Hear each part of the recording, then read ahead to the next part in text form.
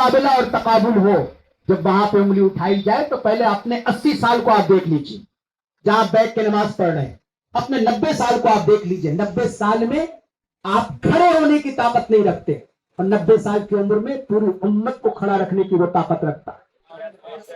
महसूस कर रहे हैं आप? तो जब जब कोई मर्जा बात करता है तो उसका दायरा बड़ा होता है, मासूम बात करता है तो और बड़ा होता है, खुदा बात करता है तो और बड़ा होता है। तो मासूम ने क्या कहा, मेरी मिसाल सूरज की मिसाल है, अली की मिसाल चांद की मिसाल है, और मेरे चाहने वालों की मिसाल सितारों की मिसाल है। क्योंकि सितारे इक्वल नहीं होते, कुछ सितारे ठंडे होते हैं, कुछ गर्म होते हैं, कुछ काम वाले होते हैं, कुछ बेकार होते हैं, कुछ अपनी जगह पर होते हैं, कुछ टूट के गिर जाते हैं। अलग अलग सितारों की किस्में हैं ना, वो हैं सितारे मगर किस्में अलग हैं। लेकिन अली की मिसाल चांद की मिसाल क्यों दिया? हाल के आईने में मुस्तकबिल के सारे लोगों के चेहरों को जो रसूल देख रहा था, वो क्यों ना इस छुपे हुए अल्फाज में अली की फजीलत को बयान करे कि अली की मिसाल चांद की मिसाल है। जब चांद आप देखोगे तो क्या कहते हो, ये पहली का चांद, ये दूसरी का, ये तीसरी का, ये चौथी का, ये पांचवी का। वो खुदा अला कुल्ले शैइन कदीर है, वो 3 को ही पूरा कर देता, 13 को ही पूरा कर देता। न उसने 3 को पूरा किया, न 13 को पूरा किया। जब 14 हुआ तो आप खुशी से कहते ये पूनम का चांद है ना। जहां 14 हुई तो क्या कहते ये पूनम का चांद है। वो तो अल्लाह कुल्ले शैइन कदीर है, 3 को पूरा कर देता, किसी को शिकवा ना होता, 13 को पूरा कर देता, किसी को शिकवा ना होता। मगर 14 को पूरा करके बताया कि जब मेरा चांद 14 दिन के बगैर पूरा नहीं होता तो 14 मासूम के बगैर इस्लाम कैसे पूरा हो जाएगा। सलावत पढ़े मोहम्मद वाले मोहम्मद।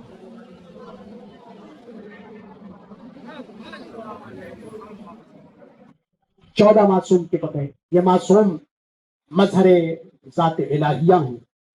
ये मासूम वो हैं कि जो अल्लाह की मशीयतों को जानते हैं, अल्लाह की मशीयतों को पहचानते हैं। ये मासूम वो हैं कि जो वे ऑफ लाइफ को तय करते हैं, वे ऑफ लाइफ को तय करते हैं। ये मासूम वो हैं जो बताते हैं कि किस तरह अपनी जिंदगी को गुजारना चाहिए। ये मासूम वो हैं जो बताते हैं कि जरूरत हो तो बाजार में जाओ, बाजार में जाके जरूरतें पैदा मत करो। ये मासूम ये बताते हैं कि न किसी को दूर से देखो, न किसी को गुरूर से देखो। ये मासूम ये बताते हैं कि अगर किसी की बहुत छोटी नेकियां हो तो उसे बहुत बड़ा समझो, और तुम्हारी अगर बहुत बड़ी नेकी है उसे छोटा समझो।